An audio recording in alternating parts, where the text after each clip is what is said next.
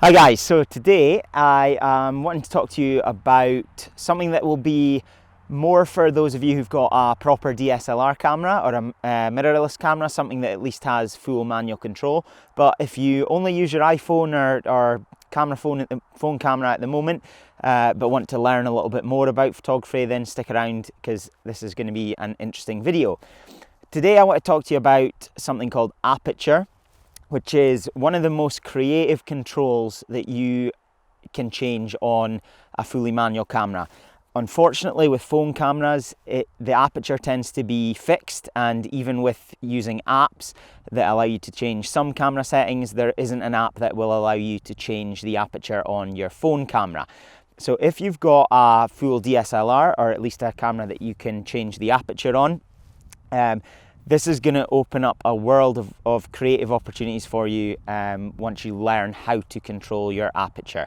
Now, on your camera, you should have a wee dial, and it'll look something like that, where there will be an A or an AV mode, depending on which camera brand you've got. If you switch it into that mode, that then tells the camera that you are going to set the aperture, and the camera will take care of everything else to make sure that you've got a level exposure and that nothing is too bright and nothing is too dark. Once you're in aperture priority mode, we can then hit the other dial on your camera. There'll be a dial somewhere else that will allow you to change the aperture from something probably around 3.5, depending on what sort of lens you've got, up to anything like 22. And what this does is it controls your depth of field. And what we mean by that is it controls how much of what you're looking at is in focus and how much is not in focus. The lower that number is, then the less will be in focus, and the higher it is, the more will be in focus. Now, to show you a couple of examples, I've set up my camera over there because I don't have a beautiful model today, and I'm going to take a couple of pictures of that and show you the difference between the lens I've got on the camera at the moment. Goes down to f1.8, which is a very low aperture, and so it will have a very small depth of field. There won't be much in focus, and then it goes up to f22, which means there will be lots in focus. So let me take the two shots and I'll put them up on screen and talk you through what I've got. Okay, so first of all, looking at the picture here that is at aperture 1.8, you can see that the focus is quite clearly on the camera on the top of the tripod, and the rest of the scenery is quite blurry. The camera is taking care of all the other settings that will determine how bright or how dim the image is, so all we have to worry about is controlling the aperture. Then looking at the image that was taken at the other end of the aperture scale, so f22, where we're trying to get lots in focus, with this one, I focused at the same place, so I stuck my focus point on the camera and took the picture, and you can see that we can clearly make out the mountains in the background there, as well as all the field that's out in front of me. So that is one way that aperture can control how much is in focus in your picture. However, there's more to it than that. It's a little bit more complex. How far or how close you are to your subject and how much distance there is from your subject to whatever's in the background will also play a role in how much is in focus. If you get really close to your subject and take a photo, you will find there will be more blur in the background, especially if that background is further away. If you go further back and take a picture at that same aperture, then you will find there will be more in focus.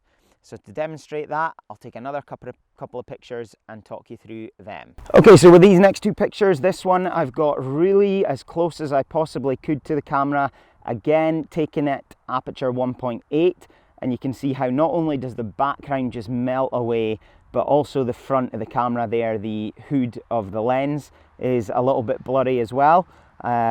Whereas if I then stepped much further back, again taking at aperture 1.8, so it should be as little as possible in focus here, but because I am quite a big distance from my subject or the bit I was focusing on, that's resulted in quite a lot of depth of field and quite a lot being in focus there. Just to make your lives even more difficult, there is a third factor that will affect how much is in focus in your picture, and that is the focal length of the lens. So if you look at your lens that you've got on your camera at the moment, it'll probably be 18 to 55 or something like that if it's a zoom lens. This lens I'm using at the moment is what we call a prime lens, where there is only one focal length, and that's set at 35. 35 on this type of sensor, if it's an 18 to 55 lens you've got, it'll be the same type of sensor I've got. 35 is what we call a normal sort of focal length, so it's basically what your eye would see if you're looking at something. Whereas anything below 35 is going to be more wide angle, where you will get a lot more in your picture, and anything above 35 is going to be what we call telephoto, which is where you've zoomed in a little bit more, and that has an effect. Both of those, wide angle and telephoto, both have an impact on how much is in focus and also what happens to your distant subjects. So I'll switch over to my zoom lens now and talk you through the images that I get at the same aperture but a different focal length, and we'll see how that affects the focus as well. Okay, so last few images here. The first one I've got is taken at, now this zoom lens I've got, and this is one of the negatives of zoom lenses, is you tend not to get as low an aperture on them. So the lowest aperture I can get to on this lens is f4. So it doesn't get as blurry a background, but let's have a look at what I've got anyway. At the wide angle of 18, which is as wide as this lens goes, and standing in the same position as before, you can see that we're getting more in that image, but also because we're at aperture 4, f4, we're getting a lot more in focus with that one. Wide angle lenses also tend to let more be in focus than a telephoto lens, and I'll prove that when we jump to the next one. And standing from the same position, aperture 4 again, obviously zoomed in much more here. This was at 105 millimeters, which is the furthest zoom I can go to on this lens, and you can see how that background has just melted away as well. But you might also notice that the background appears a lot closer despite me standing in the same position. Look how far away those trees look in the distant background there at 18 millimeters, whereas look how close they look in the picture taken at 105 millimeters. One other thing that's worth demonstrating here is if I have the same composition but move myself in order to achieve that. So what I mean by that is my subject to the frame to take up the same proportional aspect of the picture, and in order to do that at 18 millimeters here, I've had to move really close to the camera to get it to fill up that portion of the frame. Again, you can see there's a little bit of blur in the background trees, and that'll be because I'm quite close to my subject, but the wide angle means we're not getting as much blur as we did at aperture 1.8. Also, the fact that we're at aperture 4 here is going to mean more is in focus than the previous picture I showed you at aperture 1.8. To get that same composition at 105 millimeters, just to see what the difference is between the backgrounds, I've had to move a lot further back and zoom in to get the camera to take up approximately the same amount of the picture as that previous one. And you can see here that again the background is melted away, still at aperture 4 for this one, and the trees seem a lot closer than they were in that previous picture. So hopefully that's made a little bit of sense and a little bit of understanding for you about how aperture works. There is some other factors to consider, especially if you're taking pictures at nighttime or where there's less light, and the effect that might have on one of the other elements that controls your overall brightness or dimness of your picture. But for the purposes of this video, I don't want to go into shutter speed or ISO at the moment. We just want to focus on aperture priority mode at the moment. If you put your camera in aperture priority, the camera will take care of the rest, and you just have to worry about selecting an aperture that will determine how much of your picture is in focus. So to summarize, if you want everything to be in focus, here are your options. Use a really high number for your aperture. Try and make a big distance between you and the subject you're taking a photograph of. And finally, use a wider angle.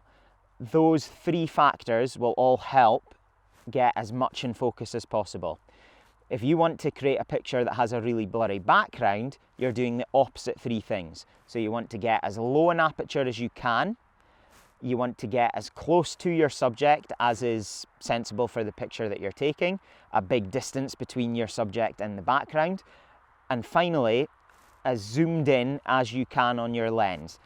Now, one final thing to point out here is if you have a standard kit lens, the 18 to 55, you might notice that it says on it 3.5 to 5.6 or something like that, and those numbers there refer to what the widest or the smallest aperture it can go to in terms of its f number at each end of the range of that zoom lens.